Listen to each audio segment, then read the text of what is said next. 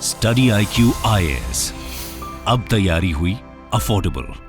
नमस्कार दोस्तों क्या आपको पता है कि कल रिलायंस इंडस्ट्रीज लिमिटेड का एजीएम हुआ था। एजीएम का मतलब होता है एनुअल जनरल मीटिंग। जितने भी यहां पर कंपनीज होती हैं देश के अंदर जो रजिस्टर्ड होती हैं, जिसमें एक से ज्यादा पर्सन होते हैं, उनको अपना एनुअल जनरल मीटिंग करना होता है। और क्योंकि आपको पता है रिलायंस ये सिर्फ देश की नहीं पूरे दुनिया की one of the largest companies में से आती है, तो इसके द्वारा जो भी स्टेप लिया जाता है हमारे पूरे इकोनॉमी के ऊपर काफी इंपॉर्टेंट और बड़ा इंपैक्ट पड़ सकता है। और इसी की वजह से हमें इसके बारे में जानना जरूरी है। हर साल मैं इसको लेकर वीडियो बनाता हूं, कल मैं इसको जल्दी नहीं बना पाया था। खैर आज मैं आपको 10 बड़ी बातें बताऊंगा रिलायंस एजीएम के बारे में जो अनाउंसमेंट किया गया है। आर्टिफिशियल इंटेलिजेंस से लेकर बहुत सारी ऐसी चीजें बोली गई हैं जो आपको जानना चाहिए। चलिए आगे बढ़ते हैं, लेकिन उससे पहले ध्यान रखिएगा आप में से जितने भी लोग यूपीएससी 2024 की प्रिपरेशन कर रहे हैं और अगर आप प्रीलिम से लेकर इंटरव्यू तक की पूरी तैयारी करना चाहते हैं एक सिंगल बैच के माध्यम से, तो हमारा 3 लाइव बैच स्टार्ट हुआ है। Pure English, pure Hindi, English. खास बात यह है कि 31 अगस्त तक रक्षाबंधन सेल चल रहा है। सबसे कम दाम पर bye using the code Ankit live आप इन बैचेस को ले पाएंगे। और इसके अलावा अगर आप एमसीक्यूज अटेम्प्ट करना चाहते हैं तो मेरे इंस्टा पेज पर जा सकते हैं, वहां पर स्टोरीज में जितने भी एमसीक्यूज हैं वो आप अटेम्प्ट कर सकते हैं। चलिए शुरुआत करते हैं और सबसे पहले ये देखते हैं कि एनुअल जनरल मीटिंग का मतलब क्या होता है। देखो, जो एनुअल जनरल मीटिंग है ये कंडक्ट किया जाता है हर एक कंपनी के द्वारा जिसमें एक से ज्यादा पर्सन होते हैं। आपको पता है ना, एक कंपनी होती है जिसको कहते हैं सोल प्रोप्राइटरशिप, जिसके अंदर सिर्फ एक पर्सन होता है जो बिजनेस को चलाता है। तो ऑब्वियस सी बात है, एक पर्सन है वो क्या ही मीटिंग रखेगा। एक से ज्यादा पर्सन की जो कंपनीज होती हैं उनको एनुअल जनरल मीटिंग रखना पड़ता है। सरकार का जो नियम है, जो नियम जारी किया गया है कंपनीज एक्ट के अकॉर्डिंग, 2013 के अकॉर्डिंग, ये सब कुछ करना पड़ता है। और मान लीजिए कोई नई कंपनी बनी, जो नई कंपनी बनती है उनको 18 महीने के अंदर अंदर यहां पर पहला एनुअल जनरल मीटिंग कराना होता है। और मैं आपको बता दूं, रिलायंस तो काफी अच्छी खासी पुरानी कंपनी हो चुकी है, 40-45 साल हो चुके हैं। तो इसका जो एनुअल जनरल मीटिंग था ये 46 था। जी हां, जो धीरू भाई अंबानी ने जो पूरी रिलायंस स्टार्ट की, तो जिसको रिलायंस इंडस्ट्रीज लिमिटेड आज हम कहते हैं, तो ये इसका 46 एनुअल जनरल मीटिंग था। और मुकेश अंबानी, ऑब्वियस सी बात है, अगर आप देखोगे रिलायंस इंडस्ट्रीज के अंदर जो शेयर होल्डर्स हैं तो ऑब्वियस सी बात है इसमें आपको पब्लिक शेयर होल्डिंग भी मिलेगी। नॉन प्रमोटर यहां पर कुछ भी नहीं है, एकदम नील के बराबर है। और जो प्रमोटर है, प्रमोटर का मतलब कि जिनके पास ओरिजिनल शेयर है इस कंपनी का, जो प्रमोटर हैं जिन्होंने स्टार्ट किया था ये कंपनी, ये आप देख सकते हो उनके पास 50% से ज्यादा है। तो 50% से ज्यादा का मतलब कि आप कोई भी इंपॉर्टेंट डिसीजन लेना है तो उसके लिए 50% से ज्यादा वोट चाहिए। और क्योंकि मुकेश अंबानी और उनके जो भी परिवार के लोग हैं उनके पास 50% से ज्यादा इसके अंदर हिस्सेदारी है, तो इसीलिए हम कहते हैं कि रिलायंस इंडस्ट्रीज उनकी कंपनी है। ऑल्दो अगर आप देखोगे तो बाकी का 50% पब्लिक के पास है, लेकिन जो मेजॉरिटी शेयर होल्डिंग है वो आपको मुकेश अंबानी के पास ही देखने को मिलेगा। तो इसके बारे में काफी कुछ कल उनके द्वारा बोला गया एनुअल जनरल मीटिंग में। एक एक करके मैं आपको बताता हूं। सबसे पहले जियो भारत स्मार्टफोन को लेकर बोला गया। देखिए क्या है ना कि जो सबसे अफोर्डेबल स्मार्टफोन, अब स्मार्टफोन की मैं जब बात करता हूं तो उसमें आप बहुत सारी चीजें एंजॉय कर सकते हो, जैसे लाइव टीवी हो गया, वीडियो स्ट्रीमिंग हो गया, यूपीआई पेमेंट करना है, इस तरह की चीजें। अभी भी हमारे देश में काफी लोग स्मार्टफोन को अफोर्ड नहीं कर सकते, जिनके पास जो बहुत बेसिक फोन, आपने याद होगा ना नोकिया वगैरह के, आज भी काफी सारे जो बेसिक फोन हैं 1000, 1500, 2000 रुपए के जो फोन आते हैं, तो वो लोग जो स्मार्टफोन अफोर्ड नहीं कर सकते उनको भी इस तरह का फोन दिलाने के लिए जियो भारत स्मार्टफोन लॉन्च किया जाएगा।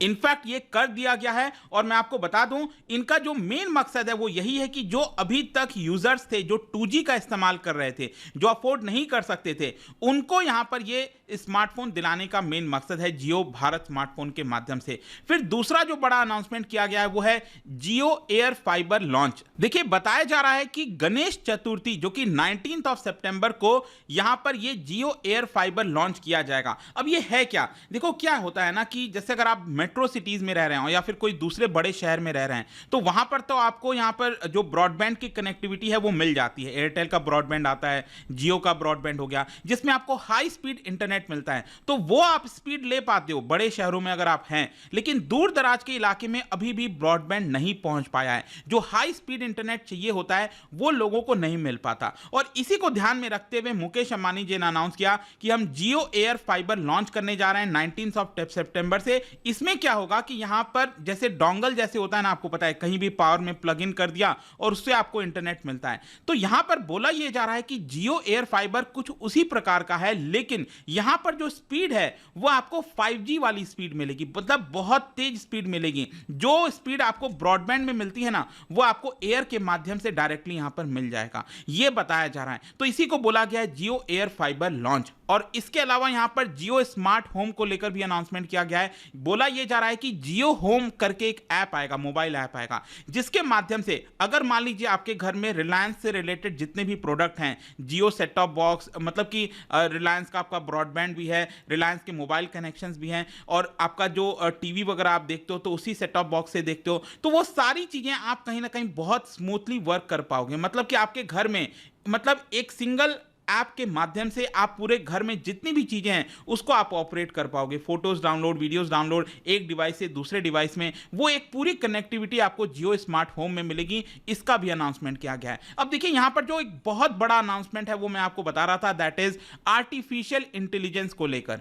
मुकेश अंबानी जी का बेसिकली ये कहना है कि 7 साल पहले, 7 इयर्स अगो, जो जियो है उसने प्रॉमिस किया था कि हर एक व्यक्ति को, मतलब भारत के अंदर, देश के अंदर हर एक व्यक्ति को हर जगह जो ब्रॉडबैंड की कनेक्टिविटी है हम वो प्रोवाइड करेंगे। और इसी को ध्यान में रखते हुए आज मैं ये अनाउंस कर रहा हूं, मतलब मुकेश अंबानी जी ने बोला आज मैं ये अनाउंस कर रहा हूं कि आर्टिफिशियल इंटेलिजेंस हर एक किसी को हर जगह ये हम डिलीवर करने की कोशिश करेंगे, ऐसा उनका कहना है। देखो अब कई लोग सोच रहे होंगे कि ये आर्टिफिशियल इंटेलिजेंस डिलीवर करने का मतलब क्या है। देखो क्या है ना कि आज के डेट में आप देखोगे तो आर्टिफिशियल इंटेलिजेंस हमारा एक हिस्सा हो चुका है। जैसे चैट जीपीटी हो गया, जिसमें आप क्वेश्चन पूछते हो आपको आंसर मिलता है। तो हर एक चीज में आपको आज के डेट में डिजिटल वर्ल्ड में आर्टिफिशियल इंटेलिजेंस का यूज देखने को मिलेगा। तो भारत के अंदर क्या है कि अभी आर्टिफिशियल इंटेलिजेंस अगर आप अलग से कोई डेवलप करना चाहते हो, आप खुद का कोई चीज करना चाहते हो, आपके पास बिजनेस है जिसमें आप आर्टिफिशियल इंटेलिजेंस का प्रयोग करना चाहते हो, तो उसमें आपको बहुत महंगा पड़ता है। तो इसको सस्ता बनाने के लिए यहां पर मुकेश अंबानी जी ने कमिट किया है कि 2000 megawatt of artificial intelligence ready computing capacity, मतलब कि कोई बिजनेस है, कोई भारत का नागरिक है, गवर्नमेंट हो गया, अगर उनको आर्टिफिशियल इंटेलिजेंस का रेडीमेड सोल्यूशन चाहिए तो वो जियो के द्वारा प्रोवाइड किया जाएगा, रिलायंस के द्वारा प्रोवाइड किया जाएगा। और ये हर एक व्यक्ति को हम प्रोवाइड करेंगे जिसको भी इसकी जरूरत होगी। मतलब आगे आने वाले समय में भारत इससे पीछे नहीं रहना चाहिए। तो ये मुझे लगता है कि एक बहुत बड़ा अनाउंसमेंट है, देखते हैं इसको लेकर कितना काम हो पाता है। फिर इसके अलावा यहां पर रिलायंस रिटेल, रिटेल कहने का मतलब जैसे कोई भी, जैसे रिटेल सेगमेंट में कोई इलेक्ट्रॉनिक्स की दुकान हो गई, बहुत सारी जो रिटेल में जो चीजें मिलती हैं, आपने देखा होगा देश भर में रिलायंस रिटेल के आपको स्टोर्स देखने को मिलेंगे। कपड़े से लेकर इलेक्ट्रॉनिक आइटम से लेकर हर चीज का रिटेल स्टोर आपको देखने को आज के डेट में मिल रहा है। तो यहां पर मुकेश अंबानी का यह कहना था कि रिलायंस रिटेल इकलौती भारतीय कंपनी है ग्लोबल टॉप 100 में, मतलब कि रिटेल सेक्टर में अगर हम बात करें तो दुनिया के अंदर जो टॉप 100 ग्लोबल कंपनीज हैं उसमें रिलायंस रिटेल का नाम आता है। और साथ ही साथ उन्होंने ये भी बताया कि जो कतर इन्वेस्टमेंट अथॉरिटी है उन्होंने भी $1 बिलियन का इसके अंदर इन्वेस्टमेंट किया है फॉर 1% इक्विटी। फिर इसका जो नेट प्रॉफिट है वो लगभग 9,000 करोड़ से ज्यादा का रहा है। और 2023 एक बहुत ही इंपॉर्टेंट ईयर है रिलायंस रिटेल के लिए। क्यों? क्योंकि यहां पर 100 करोड़ ट्रांजैक्शन देखने को मिले हैं एक साल में, पहली बार 100 करोड़ ट्रांजैक्शन देखने को मिले हैं।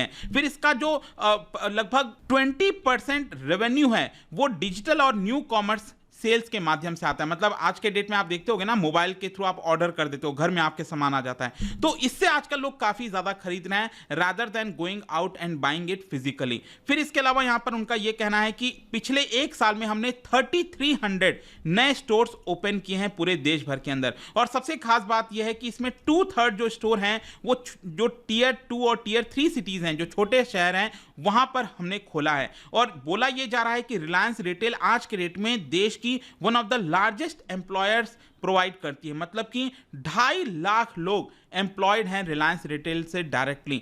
फिर इसके अलावा जियो फाइनेंशियल सर्विसेज, आपको याद होगा ना, जियो फाइनेंशियल सर्विसेज अभी रिसेंटली स्टॉक एक्सचेंज पर लिस्ट किया गया था 21 अगस्त को। तो जियो फाइनेंशियल सर्विसेज कहने का मतलब है कि अब रिलायंस जो है वो फाइनेंशियल सर्विसेज में भी एंटर कर चुका है। मतलब मान लीजिए अगर आपको कोई इंश्योरेंस चाहिए, अगर आपको म्यूचुअल फंड चाहिए, जो फाइनेंस रिलेटेड जो चीजें होती हैं वो भी अब रिलायंस प्रोवाइड करेगा बड़े स्तर पर। अब देखिए आपको पता ही है कि मुकेश अंबानी की रिलायंस अगर किसी भी सेक्टर में आती है तो उसमें एक तूफान मचा देती है। और बताया जा रहा है कि इंश्योरेंस सेक्टर के अंदर एक बहुत बड़ा हलचल होने वाला है, क्योंकि आज भी आप देखोगे देश के अंदर जो इंश्योरेंस लिया जाता है लोगों के द्वारा उनकी संख्या बहुत कम है। हेल्थ इंश्योरेंस, लाइफ इंश्योरेंस, जो कि बहुत जरूरी होता है। और मुझे तो लगता है दोस्तों, हेल्थ इंश्योरेंस से ज्यादा तो कोई इंपॉर्टेंट हो ही नहीं सकता। किसी के परिवार में कोई बीमार हो गया, कोई दिक्कत आ गई और उसके पास हेल्थ इंश्योरेंस नहीं है, तो उसकी पूरी जो सेविंग्स है उस परिवार की, वो उसके इलाज में चली जाती है। तो मैं आपको बता दूं कि जियो फाइनेंशियल सर्विसेज इंश्योरेंस के अंदर एंटर कर रहा है, और इसके साथ साथ जैसे कि म्यूचुअल फंड्स वगैरह जो मार्केट हो गया उसको कैप्चर करने के लिए वो यूएस की company black rock, I am sure आपने सुना होगा, एक बहुत बड़ी कंपनी है ब्लैक रॉक। तो जियो फाइनेंशियल सर्विसेज ब्लैक रॉक के साथ भी 50-50% का पार्टनरशिप कर रहा है, ताकि यहां पर जो एसेट मैनेजमेंट बिजनेस वगैरह है वो यहां पर प्रोवाइड किया जा सके। फिर इसके अलावा बताया यह जा रहा है कि जियो फाइनेंशियल सर्विसेज अलग अलग प्रकार के जो प्रोडक्ट हैं, जैसे ब्लॉकचेन बेस्ड प्लेटफॉर्म हो गया, central bank digital crypto currency वगैरह आपने सुना होगा, डिजिटल करेंसी आ रही है सेंट्रल बैंक की, वो सारी सर्विसेज इनके द्वारा प्रोवाइड किया जाएगा।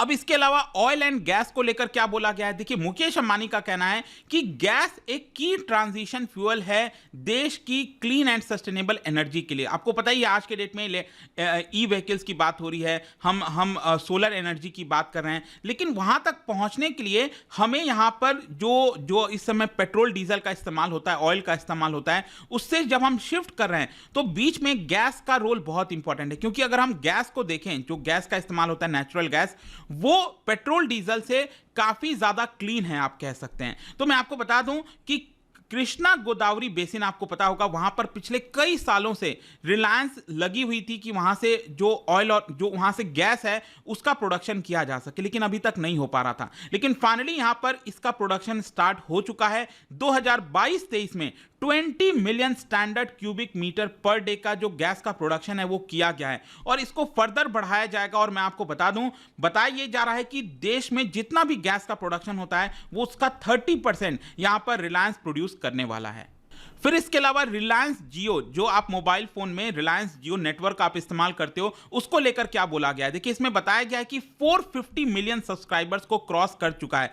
ह्यूज नंबर, 450 मतलब हो गया 45 करोड़ सब्सक्राइबर्स हो गए हैं रिलायंस जियो के। और यहां पर जो एवरेज कंज्यूमर जो डेटा कंज्यूम करता है ना, आज के डेट में आप देख ही रहो कितना बड़े स्तर पर डेटा का इस्तेमाल हो रहा है। 20 GB डेटा हर महीने। क्या कभी आप सोच सकते हो? मुझे याद है मतलब आप 7-8 साल पहले की बात करिए, मतलब आपको याद होगा कि 500 MB इतने का रिचार्ज कराया जाता था। मतलब कि 300-300 रुपए, 400 रुपए लगते थे 1 GB डेटा रिचार्ज कराने में। आज के डेट में चीजें बहुत बदल गई हैं, आपको अनलिमिटेड डेटा मिलता है। और इसी की वजह से बताया जा रहा है कि हर महीने एवरेज कंज्यूमर 20 GB डेटा का इस्तेमाल कर रहा है। सोच के देखिए। फिर इसके अलावा बताया गया है कि देश में जितने भी 5G सेल्स के टावर ऑपरेट कर रहे हैं उसमें 85% अकेले रिलायंस जियो का है, और हर 10 सेकंड में एक 5G जो सेल है वो ऐड किया जा रहा है। और इस समय आप देखोगे तो 50 मिलियन 5G कस्टमर हो चुके हैं रिलायंस जियो के, और 2023 तक 5G पूरे देश के अंदर डिप्लॉय कर दिया जाएगा 2023 के एंड तक। फिर इसके अलावा नेक्स्ट बड़ा अनाउंसमेंट किया गया वो था गीगा फैक्ट्री को लेकर। देखो क्या है ना कि अगर हमें सोलर एनर्जी, विंड एनर्जी से जो भी इलेक्ट्रिसिटी प्रोड्यूस हो रहा है, पावर प्रोड्यूस हो रहा है, तो वो उसको कहीं ना कहीं सेव करने की जरूरत है। और वो आप सेव कहां करोगे? जब आपके पास बड़े बड़े बैटरीज होंगे। तो वो बैटरीज बनाने के लिए गीगा फैक्ट्री जो है उसका यहां पर स्टैब्लिशमेंट करने जा रहा है रिलायंस। 2026 तक ये हो जाएगा। और यह मैं आपको बता दूं कि आपने सुना होगा गुजरात के अंदर जामनगर के बारे में, वहीं पर इसका सारा स्टैब्लिशमेंट जो है वो किया जा रहा है। और इसके साथ साथ 100 कंप्रेस्ड बायोगैस प्लांट अगले 5 साल में इंट्रोड्यूस किया जाएगा। हाइड्रोजन को लेकर भी रिलायंस काफी हद तक काम कर रहा है। अब जाने से पहले मैं आपको एक और चीज बता दूं बोर्ड के बारे में। देखो क्या होता है ना, किसी भी कंपनी में उसको चलाने के लिए उसका जो इंपॉर्टेंट जो डिसीजंस लिया जाता है वो उस कंपनी के बोर्ड के द्वारा लिया जाता है। अब आप खुद सोचो, बोर्ड में मान लो मैं कहता हूं 10 मेंबर हैं। अब 10 मेंबर में जाहिर सी बात है जिसके पास सबसे ज्यादा शेयर होल्डर्स होल्डिंग होगी वही तो अपने बंदों को अपॉइंट करेगा। मान लो 50% मुकेश अंबानी जी के पास है, तो 10 मेंबर में 5 मेंबर कौन अपॉइंट करेगा? मुकेश अंबानी कर देंगे। तो उन्हीं के द्वारा जो भी कुछ बोला जाएगा वही कंपनी की दिशा जाएगी। तो अभी तक आप देखोगे तो कयास ये लगाया जा रहा था कि क्या मुकेश अंबानी रिटायर करने वाले हैं, लेकिन मुकेश अंबानी ने साफ साफ कह दिया कि अगले 5 साल तक चेयरमैन के पद पर और मैनेजिंग डायरेक्टर के पद पर मुकेश अंबानी बने रहेंगे। देखो, नीता अंबानी अभी तक बोर्ड का पार्ट हुआ करती थी, लेकिन नीता अंबानी ने रेजिग्नेशन दे दिया है, मतलब वो अब इस बोर्ड का पार्ट नहीं होंगी। लेकिन उनके जो बेटा बेटी लोग हैं, दैट इज ईशा, आकाश और अनंत, उन्होंने रिलायंस के बोर्ड को अब ज्वाइन कर लिया, तो वो अब एक्टिव रोल प्ले करने वाले हैं। तो काफी इंपॉर्टेंट चीजें थी ये सारी चीजें जो आपको समझ में आई होंगी। जाने से पहले एक इंटरेस्टिंग क्वेश्चन, क्या आप बता सकते हो देश के अंदर यहां पर जो दो कानून है, फॉरेन एक्सचेंज मैनेजमेंट एक्ट 1999 और prevention of money laundering act 2002, इसको इंप्लीमेंट करने की जिम्मेदारी, एनफोर्स करने की जिम्मेदारी किसको दी गई है इन चारों में से? इसका राइट आंसर आप सबको पता है, मेरे इंस्टाग्राम पर तो मिलेगा ही, वहां पर अगर आप नहीं हो कोई बात नहीं, टेलीग्राम से ले सकते हैं इसका सही उत्तर। मैं कई सारे जो एमसीक्यूज हैं वो यहां पर स्टोरीज में डालता रहता हूं। बाकी अगर आपको पीडीएफ चाहिए तो टेलीग्राम पर आइए, अलग अलग सोशल मीडिया पर आप जुड़ पाओगे। और जैसा मैंने आपको बताया, यूपीएससी की अगर आप तैयारी कर रहे हो, कोई भी अगर आप कोर्स लेना चाहते हो, बैच लेना चाहते हो, आपके पास बड़ा मौका है। 31 अगस्त तक आप चूज कर सकते हैं। By using the code Ankit live you will get maximum discount. And I hope की वीडियो आपको पसंद आया होगा। मिलता हूं आपसे next time. Till then, thank you very much, see you soon. Study IQ IAS, अब तैयारी हुई अफोर्डेबल।